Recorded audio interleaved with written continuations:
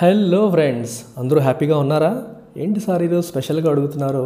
ఎందుకంటే ఈరోజు international day of happiness. ప్రతి సంవత్సరం 20th మార్చ్ రోజు ఇంటర్నేషనల్ డే ఆఫ్ హ్యాపీనెస్గా సెలబ్రేట్ చేసుకోమని యునైటెడ్ నేషన్స్ డిక్లేర్ చేయడం అనేది జరిగింది. 2012లో జరిగిన ఒక రెజల్యూషన్లో, యునైటెడ్ నేషన్స్ జనరల్ అసెంబ్లీ రెజల్యూషన్లో ఈ డేని ఇంటర్నేషనల్ డే ఆఫ్ హ్యాపీనెస్గా డిక్లేర్ చేశారు. అయితే ఈ డిక్లేర్ చేయడానికి ఏదన్నా కంట్రీ ఫస్ట్ రెజల్యూషన్ ప్రవేశపెట్టాలి కదా. ఎవరు ఇనిషియేట్ చేశారో తెలుసా మీకు? మన పక్కనే ఉన్న భూటాన్ దేశం. భూటాన్ 1970s నుంచి కూడా ఎకనామిక్ గ్రోత్ కంటే కూడా హ్యాపీనెస్కి ఇంపార్టెన్స్ ఇస్తూ వచ్చింది. ప్రపంచ దేశాలన్నీ కూడా జీడిపి వెంట పరుగులు పెడుతుంటే భూటాన్ మాత్రం gross national happiness index release చేస్తూ వస్తుంది. సో అప్పటి నుంచి కూడా ప్రయారిటీ అనేది happiness more than economic growth అనేది భూటాన్ చేస్తూ వచ్చింది. అటువంటి భూటాన్ యునైటెడ్ నేషన్స్ జనరల్ అసెంబ్లీలో ఈ ఇంటర్నేషనల్ డే ఆఫ్ హ్యాపీనెస్ అనేది సెలబ్రేట్ చేసుకోవాలని రెజల్యూషన్ పెట్టడం, దానిపైన డిస్కషన్ జరగడం, అది యాక్సెప్టెన్స్ రావడం, ప్రతి ఏడాది కూడా 20th మార్చ్ రోజున ఇంటర్నేషనల్ డే ఆఫ్ హ్యాపీనెస్గా సెలబ్రేట్ చేసుకోవడం అనేది అప్పటి నుండి జరుగుతూ వస్తుంది.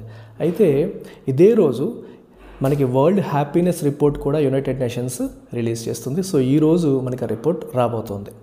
అయితే ఒక విషయాన్ని మనం గమనిద్దాం. పర్సనల్ లైఫ్లోకి వచ్చేద్దాం. మన యూపీఎస్సీ నుంచి కాసేపు పక్కకు వచ్చి పర్సనల్ లైఫ్లోకి వద్దాం. అసలు హ్యాపీనెస్ అంటే ఏంటి? హ్యాపీనెస్ ఎలా వస్తుంది? ఎంత సంపాదిస్తే హ్యాపీనెస్ వస్తుంది? ఈ క్వశ్చన్ మీకు వినగానే ఏంటి సార్ ఇలా మాట్లాడుతున్నారు అనిపిస్తుంది. అంటే మనకి చిన్నప్పటి నుంచి ఏం చెప్తూ వచ్చారు పేరెంట్స్? మంచి జాబ్ తెచ్చుకోవాలి, లైఫ్లో సెటిల్ అవ్వాలి, మంచి పొజిషన్కి వెళ్ళాలి, ఇవే మనం చెప్తూ వచ్చారు.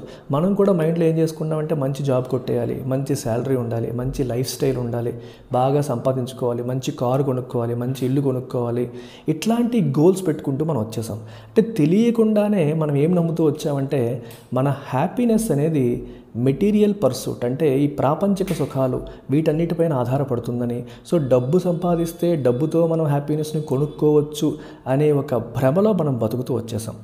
సో అలా నేను కూడా అలాగే అనుకున్నాను. సో చాలామందిలాగే నేను కూడా ఏమనుకున్నానంటే మంచి జాబ్ రావాలి, మంచి శాలరీ ఉండాలి, మంచి పొజిషన్కి వెళ్ళాలి, అప్పుడు హ్యాపీగా ఉండిపోతాము అని చిన్నప్పటి నుంచి మనం ఏదైతే విన్నామో దాన్ని నేను కూడా నమ్మాను. సో నేను జాబ్లో ఫస్ట్ టైం 2006లో నేను జాబ్ జాయిన్ అయినప్పుడు, అంటే నాకు 21 ఏళ్ళ వయసులో జాబ్ జాయిన్ అయినప్పుడు నా శాలరీ వచ్చేసి సంవత్సరానికి 2.5 లక్షలు ఉండేది. సంవత్సరానికి 2.5 లక్షలు. నేను 2017లో జాబు మానేసే టైంకి, 2017లో జాబు మానేసే టైంకి నా శాలరీ నెలకి 3 లక్షలు వచ్చింది. అంటే రఫ్లీ సంవత్సరానికి 36-37 లక్షల శాలరీ. అయితే మామూలుగా మనం డబ్బు పరంగానే హ్యాపీనెస్ వస్తూ ఉంటే సంవత్సరానికి 2.5 lakhs వస్తున్నప్పటికీ నెలకి 3 లక్షలు వచ్చేటప్పటికి నా శాలరీ చాలా పెరిగింది. మరి అదే రేంజ్లో నా హ్యాపీనెస్ పెరిగిందా అని నన్ను నేను ప్రశ్నించుకుంటే ద ఆన్సర్ వాజ్ నెగిటివ్.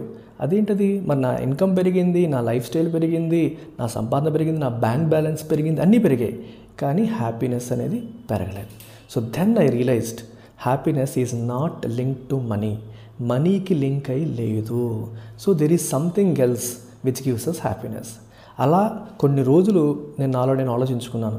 ఏంటి, నాకేం కావాలి, ఏం చేస్తే నేను హ్యాపీగా ఉంటాను, ఈరోజు ఎందుకు హ్యాపీగా ఉండట్లేదు అనే విషయం పైన ఆలోచించగా నాకు అర్థమైంది ఏంటంటే, నా మనసుకి ఏది నచ్చితే, నేను ఎలా అయితే నన్ను నేను చూడాలనుకుంటున్నాను, అంటే నేను చనిపోయే టైంకి, నాకు 60 ఏళ్ళలో 70 ఏళ్ళలో 80 ఏళ్ళలో వచ్చి నేను చనిపోయే టైంకి ఎటువంటి లైఫ్ లీడ్ చేసి నేను చనిపోవాలనుకుంటున్నానో అటువంటి లైఫ్ నేను లీడ్ చేస్తే నేను హ్యాపీగా ఉంటాను.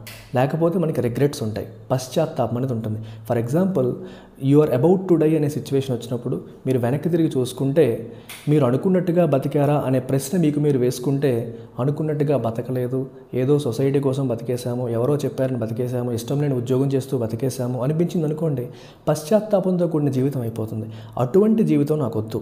నా లైఫ్ నేను డిసైడ్ చేసుకోవాలి, నా మనసుకి ఏదైతే బాగా ఇష్టమో నేను ఆ పని చేయాలి అని నేను నిర్ణయించుకొని, అప్పుడు నేను అంత హై శాలరీ ఉన్న జాబ్ని వదిలేసి నాకు నచ్చిన టీచింగ్ ప్రొఫెషన్లోకి ఎంటర్ అయ్యాను. సో టీచింగ్ నాకు ఇష్టం, సొసైటీతో కనెక్ట్ అవ్వడం నాకు ఇష్టం, ఏదో రకంగా ఒక పాజిటివ్ ఇంపాక్ట్ సొసైటీ పైన క్రియేట్ చేయడం అనేది నాకు ఇష్టం.